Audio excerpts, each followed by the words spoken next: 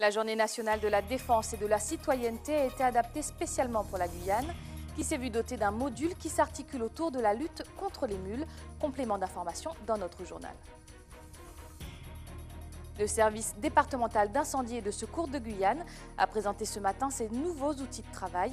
4 véhicules et un radar seront ainsi mis à disposition des casernes de Cayenne, Remire-Montjoly, Cacao et Matoury. La période de carnaval approche à grands pas, la preuve avec l'arrivée du prince Armire qui précède d'une petite semaine le retour du roi Vaval. À quoi ressemble ce premier émissaire? La réponse dans notre édition. Mesdames et messieurs, bonsoir, merci de votre fidélité. Sachez que vous pouvez suivre cette édition en direct sur Facebook. Dans le cadre de la journée de défense et de citoyenneté, les élèves ont pu assister à la signature d'un protocole de prévention des mules en présence du préfet et du procureur de la République. Complément d'information de Jonathan Lariot. Dans cette salle, l'officier de gendarmerie nationale entame un tout nouveau module obligatoire des journées du citoyen, celui de la sensibilisation au phénomène des mules. Une mesure dorénavant propre au département. C'est une spécificité de la Guyane et ça va permettre à tous les jeunes, nos 4000 jeunes que nous touchons chaque année, de recevoir ce module de prévention du phénomène des mules. Là, en fait, avec l'intervention des gendarmes, nous leur présentons un discours fait de vérité, alors que bien souvent on leur présente un discours fait de mensonges. Là, ce phénomène elle est présenté par des gens qui connaissent les conséquences et nous leur présentons, ce sont des jeunes adultes, nous leur présentons les conséquences. Dans son discours sont abordés différents thèmes, parmi eux celui des risques les plus parlants, du risque d'emprisonnement à celui de la mort dû à l'ingestion. Les jeunes font face à une réalité pas souvent mise en avant. Franchement, d'y réfléchir avant de faire quelque chose, parce que c'est très important de penser à sa vie et de penser qu'on peut mourir par la suite, de savoir que ça a éclaté dans son corps et tout. Il faut vraiment y réfléchir en fait. Je trouve que la mobilisation elle devait se faire dans toutes les écoles de Guyane justement. Parce que vu que ça touche plus les jeunes, je trouve que ça serait bien que dans les écoles, dans les lycées, voire même dans les centres de formation, comme il y a beaucoup de jeunes, je trouve que ça soit bien compris et tout, parce qu'il y a beaucoup de risques. Tous les risques qu'on peut prendre pour ça, avoir mourir, c'est vraiment grave. Pour l'année 2017, plus de 4000 jeunes ont transité en tant que mules. Cette action vient renforcer l'action des forces de l'ordre et peut peut-être prévenir de futurs actes regrettables. Ces jeunes-là, il faut les empêcher de faire cette énorme bêtise qui consiste à céder à une tentation qui peut leur paraître comme ça un peu facile. Et donc il nous faut appeler tout leur sens de responsabilité, d'intelligence et leur dire surtout les choses vraies. Les conséquences qu'ils n'ont pas vues quand on leur a présenté. Donc le but, évidemment, on ne fera jamais zéro faute, mais on va essayer de les convaincre tous, les uns après les autres, parce que tous vont passer dans ces journées défense et citoyenneté. Prévenir des nouveaux adultes, une stratégie nouvelle, mais le défi est énorme pour un département déjà identifié comme plaque tournante du trafic de stupéfiants. Le SDIS a présenté aujourd'hui ses tout nouveaux équipements. Des camions échelles ou citernes et même un radar de recherche pour les personnes ensevelies ont été accueillis par la CTG. Présentation de Gaël Ouassim. Le service départemental d'incendie et de secours de la Guyane a reçu ce matin sur le parking de la collectivité territoriale de Guyane de nouveaux véhicules à destination de plusieurs casernes du département. Plusieurs communes sont concernées pour leur affectation, dont l'île de Cayenne, Cacao et Saint-Laurent-du-Maroni. Vous avez d'abord l'échelle, la nouvelle échelle qui sera affectée à Cayenne.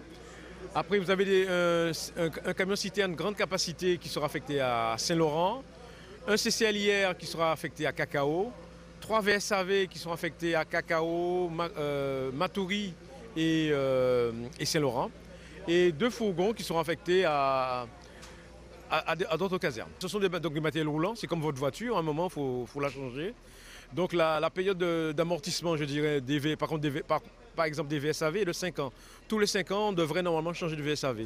Par contre, elle est un peu plus longue pour les fourgons d'incendie ou pour l'échelle, qui sont des véhicules qui malheureusement ou heureusement ne sortent pas beaucoup et qui peuvent rester 10 ans, 15 ans. Alors c'est sûr que progressivement, nous allons aller vers cet objectif, c'est-à-dire un peu augmenter le personnel de manière à pouvoir armer ces véhicules et les casernes qui vont être construites. Pour la CTG, le coût de l'investissement s'élève à 3,5 millions, une lourde somme selon le président Rodolphe Alexandre, mais nécessaire afin de donner les moyens aux sapeurs-pompiers d'assurer les missions de secours auprès de la population guyanaise. Ce qu'on a voulu faire, c'était d'abord rendre hommage à nos sapeurs-pompiers, leur apporter une vraie reconnaissance et surtout leur dire qu'avec la CTG et les communes, nous sommes sur le point de leur donner de nouvelles conditions, on va dire, d'intervention. Donc ce matériel répond véritablement à un matériel profilé par les sapeurs-pompiers, celui-là pour l'incendie, celui-là pour le milieu rural, celui-là pour lever les voitures, etc. Et donc j'espère maintenant en 2019 tenter une deuxième expérience encore pour couvrir tout le territoire, c'est-à-dire la grande île de Cayenne avec la CACL, Kourou et les Savanes, et puis ensuite donc Saint-Laurent comme d'habitude.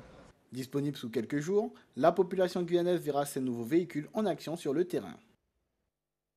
La présentation des nouveaux équipements du SDIS a aussi été l'occasion pour les pompiers de recevoir les distinctions d'écheliers et de chefs d'équipe, une cérémonie captée par Gaël Oassim. Donc là, vous avez eu la remise des diplômes d'écheliers, donc les gens qui ont la qualification pour piloter la grande échelle que vous avez vue, et les diplômes de chef d'équipe, et donc ma remise de galon de médecin-colonel. C'est un grand plaisir, hein. C'est l'aboutissement aussi d'une carrière de médecin urgentiste et d'engagement depuis de nombreuses années dans le corps des sapeurs-pompiers, d'abord comme volontaire, puis comme médecin professionnel ensuite. J'occupe déjà le poste depuis maintenant 2 ans de médecin-chef du SDIS Guyane. Donc ça ne change pas grand-chose au niveau des activités qui incombent puisque j'occupais ces fonctions déjà depuis 2 ans. Le service de santé du SDIS a 4 missions principales. Essentiellement, c'est d'abord de s'occuper de l'état de santé des sapeurs-pompiers, vérifier qu'il n'y ait pas de pathologie ou de problème de santé qui pourraient être aggravés par les missions de sapeurs-pompiers, qui est un travail pénible, difficile, dangereux. Ensuite, c'est d'être à leur côté lors des missions périlleuses pour avoir une action à la fois préventive et curative ou s'il leur arrive malheureusement de se blesser en cours d'intervention, pour être là à leur côté. Ensuite, c'est de participer aussi à leur formation.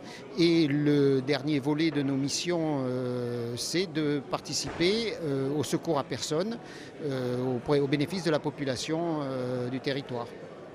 Et donc ça, c'est associé avec des infirmiers qui aussi interviennent en première intention sur les interventions. Des infirmiers volontaires pour la plupart et quelques professionnels. 3 ans après sa mort, un hommage a été rendu à Clarissa Jean-Philippe, la policière municipale d'origine martiniquaise, abattue par Amédi Koulibaly durant les attentats sanglants de janvier 2015. Nos correspondants parisiens y ont assisté. Si j'ai tenu à être présent, c'est pour assurer toutes celles et tous ceux qui ont aimé Clarissa du soutien indéfectible de la nation. Clarissa Jean-Philippe, érigée en héroïne de la nation. Ce sont les mots forts lancés par le numéro 2 du gouvernement devant une multitude d'élus et seulement 2 membres de la famille de la policière, pour qui, 3 ans après le drame, la douleur est toujours forte, comme le besoin de réconfort. De voir du monde qui se déplace malgré le froid pour être là, c'est bien. Ça réchauffe. Oui, ça réchauffe le cœur de penser qu'il y a d'autres personnes, à part sa famille, qui pensent à elle. Parmi la trentaine d'anonymes venus rendre hommage à la Samaritaine, cet originaire du Lamentin habitant la rue. La stèle en mémoire de Clarissa, il en a fait un lieu de pèlerinage. On y passe tous les jours dans l'avenue, c'est-à-dire on y pense tout le temps. Et quand mes compatriotes viennent, qu'ils soient en province, soit de la Martinique ou ailleurs, je le remonte.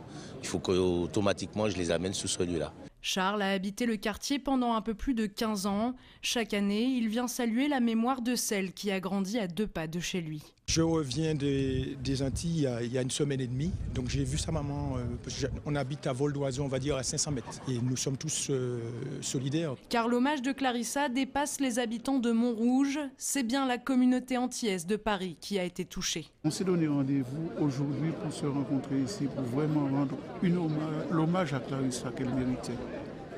On ne l'oubliera jamais. Un nouvel hommage sera rendu par la commune limitrophe de Malakoff ce mardi 9 janvier avec le dévoilement d'une fresque en l'honneur de Clarissa et en présence de sa maman. Un hommage qui s'est pourtant fait sur fond de polémique. Le président de la République en voyage diplomatique en Chine n'ayant pas assisté à la cérémonie.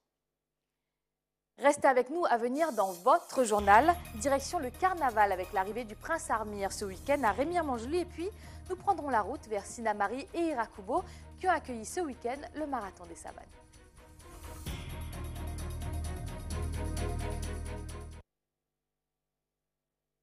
Ville d'art et d'histoire, Saint-Pierre attire des voyageurs du monde entier. Pourtant, les commerçants font la grise mine. Selon eux, les touristes passent mais ne s'y arrêtent pas vraiment. En cause, un manque de places de stationnement et problèmes de signalétique. Nos correspondants en Guadeloupe, en Martinique, pardon. La ville de Saint-Pierre, ses monuments, ses points de vue à couper le souffle. En pleine haute saison touristique, croisiéristes et vacanciers sont nombreux à déambuler dans les rues. Beaucoup viennent avant tout découvrir une commune historique. On vient à Saint-Pierre pour visiter pour le côté historique du pays. Donc là, on va aller chercher le petit train et puis faire un tour de petit train qui nous permettre de visiter et d'apprendre l'histoire des événements qui se sont déroulés ici. Cette ville était composée d'une multitude de très beaux immeubles. Le Siparis Express, l'une des attractions phares de la ville. Une excursion à la fois en train et à pied dans les rues pierrotines, accessible à tous. Nous prendrons notre départ face à cette fresque que je vous invite à découvrir du côté droit sur le mur. Parmi les escales les plus prisées, le théâtre de la ville. Détruit en 1902 lors de l'éruption de la montagne Pelée, le site est aujourd'hui l'un des principaux points d'attrait de Saint-Pierre. Avant, pendant et après l'éruption. Donc voilà le survivant miraculé de ce matin-là. Une histoire qui a également attiré ce couple venu de Sainte-Lucie. Volcan qui est ici, nous venons juste pour regarder et aussi pour l'histoire de la place là. Moïse a quant à lui été particulièrement frappé par l'histoire de Siparis. Nous, l'argent là, ça a été terrible. Hein? Côté nous, c'est le monde là qui sauvé, qui partit mort là, nous, c'était un jeune noir. Moi, il était là parce qu'il n'a pas fait rien. Ce qui expliquait sa survie. Le sauvetage du Siparis a été relaté par le père Marie, curé de Morne-Rouge. Il relate la découverte du prisonnier par 3 habitants du Morne-Rouge. Comme Sébastien, il y a ceux qui optent pour le musée de la vulcanologie. Sur le site, de nombreux vestiges permettent de redessiner une époque désormais révolue. Ça fait partie des pans, je pense, importants de la Martinique. Donc, en venant visiter, ça paraît naturel de venir faire un petit tour, puis expliquer comme ça ce qui s'est passé aux enfants. Puis ça permet d'introduire aussi le mode de vie de l'époque. Si la ville connaît une forte fréquentation touristique, les commerçants estiment ne pas réellement pouvoir en profiter. Beaucoup de villes de la Martinique ont le même problème, c'est qu'on voit passer les bus et malheureusement on ne fait que les compter. Et on voit tous ces touristes dans ces bus et on se dit souvent mince, ils ne s'arrêtent pas dans nos villages alors que ce serait bien pour nos villages et pour l'économie de nos villages aussi de voir de temps en temps des bus s'arrêter. Et ensuite il y a le touriste qui loue sa voiture et qui arrive à Saint-Pierre et qui s'aperçoit qu'il est très difficile de se garer. Et là, donc ils vont arriver à un bout.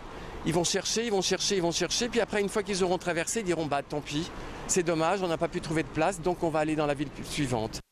La ville de Saint-Pierre lutte actuellement pour la sauvegarde de son label Ville d'art et d'histoire qui n'avait pas été renouvelé en temps et en heure, un label qui devrait conforter la commune en tant que pôle d'attractivité majeur pour le tourisme martiniquais. Les vacances sont plus longues que prévues pour certains écoliers guadeloupéens. En effet, après avoir affronté une invasion de rats en fin d'année dernière, le personnel scolaire a décidé de faire grève afin de dénoncer les conditions sanitaires. Un reportage d'Elisabeth Artsen et de Moïse Dexter.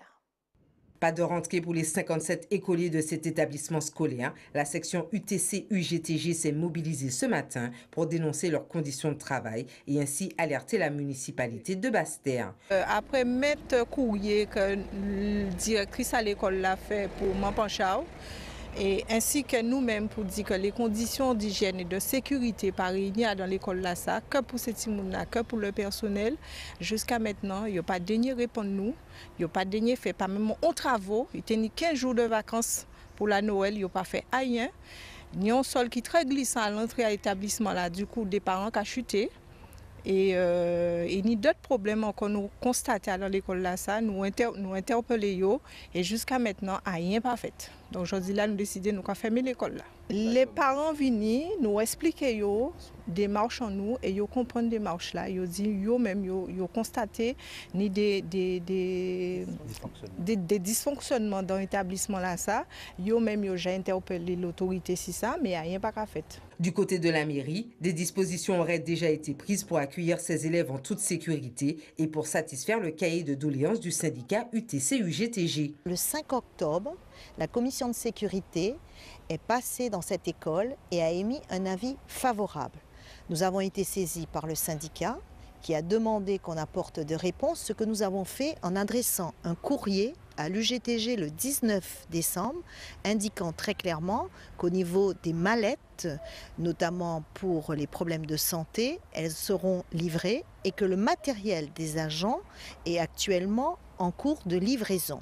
On aurait pu trouver des voies et moyens. Vous savez, même si je veux, parfois c'est difficile. Même l'État a des difficultés au travers des contraintes financières. Les fournisseurs ne livrent pas dans des délais, on le sait très bien. Pour autant, l'État continue d'assurer les missions de service public pour éviter de prendre en otage des enfants. Malgré une réunion entre le chef d'établissement et le maire de la ville ce matin, la section UTC-UGTG reste donc mobilisée en attendant d'être à son tour reçue par la municipalité pour obtenir des garanties concrètes de réalisation de ces travaux. Ce week-end, 9 équipes de marathoniens ont relié Sinnamary et Irakubo dans le cadre de la 4e édition du Marathon des Savanes. Nous y étions. Sous les foulées des marathoniens, les savanes se réveillent doucement. Dimanche dernier, le Marathon des Savanes proposait une course de 42 km entre Sinnamary et Irakubo. Pour sa 4e édition, l'événement organisé par la mairie de Sinnamary est devenu un rendez-vous immanquable pour les accros du running. Donc le principe du marathon du cœur des savanes, c'est une compétition qui se fait par équipe de 5. Chaque coureur doit parcourir 8 km et sur les 2 derniers kilomètres, l'équipe se regroupe et pour terminer la course jusqu'à l'arrivée. Seul bémol, les coureurs doivent côtoyer les automobilistes. À quelques mètres, sur la RN1, les véhicules ne ralentissent pas. Le risque d'accident est très élevé. On est seulement à 90, là ça nous dépasse à 150, 160 km/h, je ne sais quoi. Ça roule très très vite, donc je demande quand même aux automobilistes, lorsqu'il y a une course de vélo, de course à pied, d'essayer de faire attention aux coureurs, aux athlètes. Malgré les dangers, cela n'a pas empêché Ruben Idongo du TAC de Kourou de faire une très belle performance. Son équipe remporte la victoire après 2h28 de traverser des savanes. Là, j'ai mis 25 minutes dans les 8 km. Pour moi, ça va. Pour moi, franchement, c'est pas très dur du tout. C'est un marathon qui est super plein. Et je pense que c'est vraiment un marathon qui est très rapide. Voilà, ça m'a beaucoup plu. Ouais. Ça veut dire que vous reviendrez l'année prochaine? Oui, je reviendrai l'année prochaine, bien sûr. Ouais. L'événement a réuni les sportifs du pays des savanes et de l'ensemble de la Guyane et ils se donnent rendez-vous pour la prochaine édition. Une semaine avant le roi Vaval, c'est le prince Armir qui a fait sa grande rentrée pour le plus grand bonheur des carnavaliers ce week-end à Remire-Montjoly. Stéphane Govindin a participé aux festivités. L'arrivée de notre prince, maintenant, c'est parti.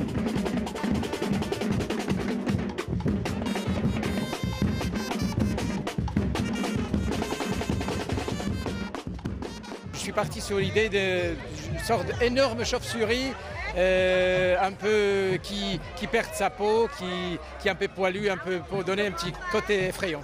C'est ma première création, du coup je n'avais pas beaucoup d'expérience avant et je voulais que ça soit quelque chose qui n'était pas encore fait.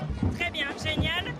Étant donné que nous sommes en vacances et que nous partons bientôt et que Vaval arrive la semaine prochaine, c'était vraiment génial de pouvoir le voir aujourd'hui et que le petit puisse en profiter.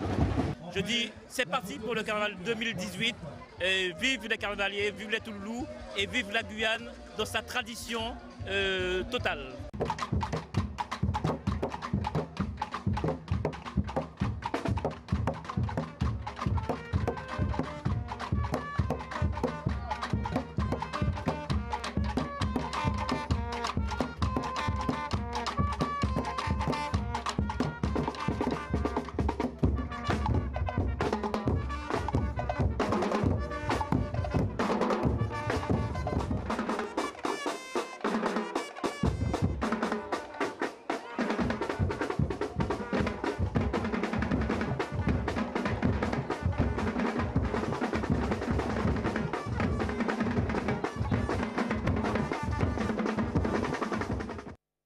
C'est la fin de ce journal, mais avant de se quitter, rappel des principaux titres de ce 8 janvier. La journée nationale de la défense et de la citoyenneté a été adaptée spécialement pour la Guyane, qui s'est vue dotée d'un module qui s'articule autour de la lutte contre les mules. Complément d'information dans notre journal. Le service départemental d'incendie et de secours de la Guyane a présenté ce matin ses nouveaux outils de travail. 4 véhicules et un radar seront ainsi mis à disposition des casernes de Cayenne, Remire-Montjoly, Cacao et Matouri. La période du carnaval approche à grands pas, la preuve avec l'arrivée du prince Armire qui présente d'une petite semaine le retour du roi Vaval. À quoi ressemble ce premier émissaire? Nous avons répondu à cette question dans notre édition. Excellente soirée sur ATV Guyane. Tout de suite, rendez-vous avec le journal de BFM TV. Quant à moi, je vous donne rendez-vous demain soir, même heure. Excellente soirée. C'est Mounian, bel bon souhait.